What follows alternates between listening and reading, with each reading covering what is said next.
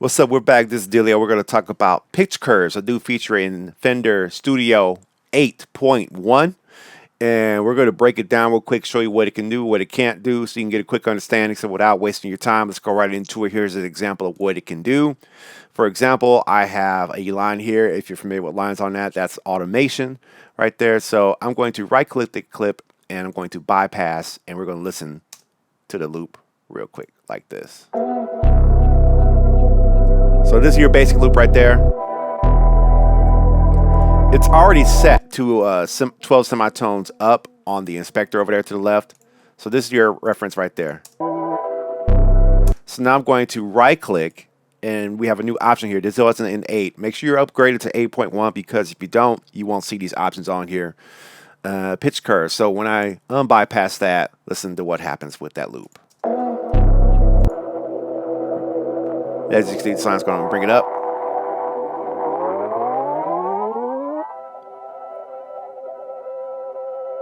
So we have that playing there, and we got an S curve coming out. Right. If you want to reset it all you got to do is click on here. You can double click these nodes here, these points. They kind of run like automation. You can right click the track, and then we can take it back to 0.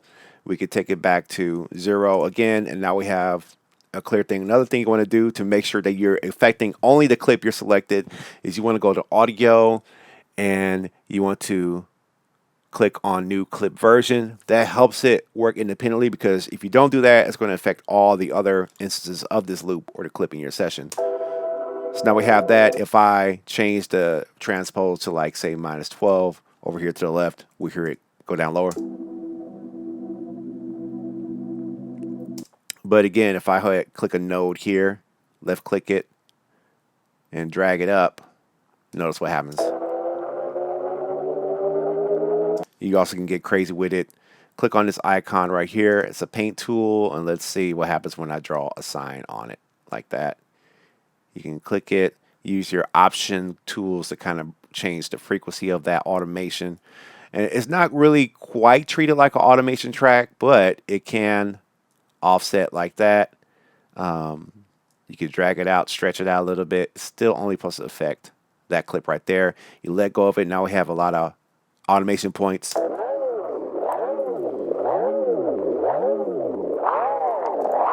If you want to get rid of that, you can click on a line there, draw it straight through to the clip, and now you have that there. Or maybe you want to go crazy and do freehand. You can freehand it over there, and you can quantize it to the quantize setting that you have up there.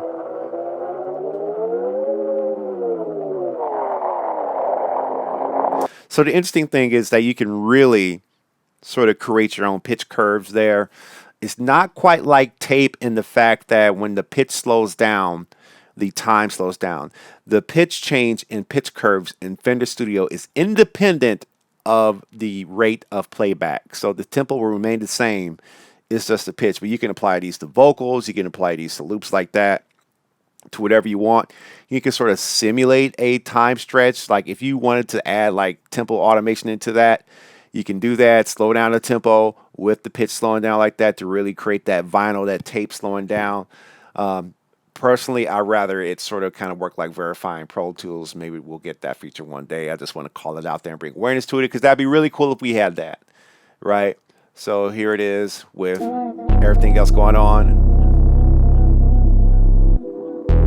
Let's say right here, I want to add a node so I can get my left mouse there, go on pitch straight, and then also, if you move your mouse, it's contextual where you move your mouse to as well. So if you want to move your mouse over here, drag it up, you can then drag that up to the semitone you want, and it should be instantaneous. It may snap a little bit. Let's listen to what happens. And you can almost hear it. And maybe I'll drag one here just to hear how it sounds, and we're going to go down.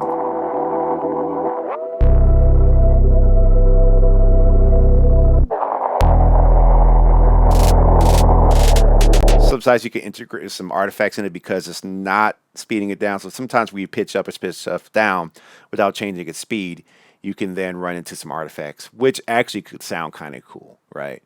And once again, to delete those, you just double click those nodes right there. You also have curves you can add to that. And you can add parabolic curves, do whatever you want there with that. You can change it to an S curve if you want to. I can drag this out over here and right click that, turn it into a S curve. Well, you got a straighten curve option there, or you can turn it back into this and drag it up and down. Right click it again, type exponential. Now you got that.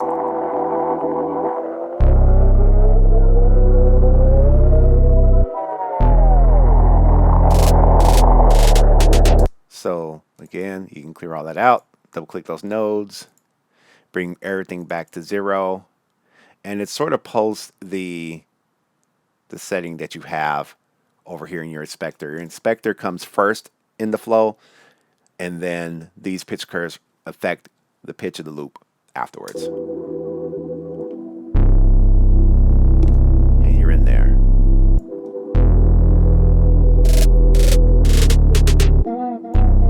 So if you got any questions about that, please let me know. You're watching the DAW-of YouTube channel. This is pitch curves broken down. Hope this helps you in your music production on Fender Studio 8.1. It's my favorite DAW, and I hope you enjoy it too. Leave me some feedback, please. I'd love to hear what you think about this, or maybe some other things that I may have my hands on. You're watching the DAW-of YouTube channel.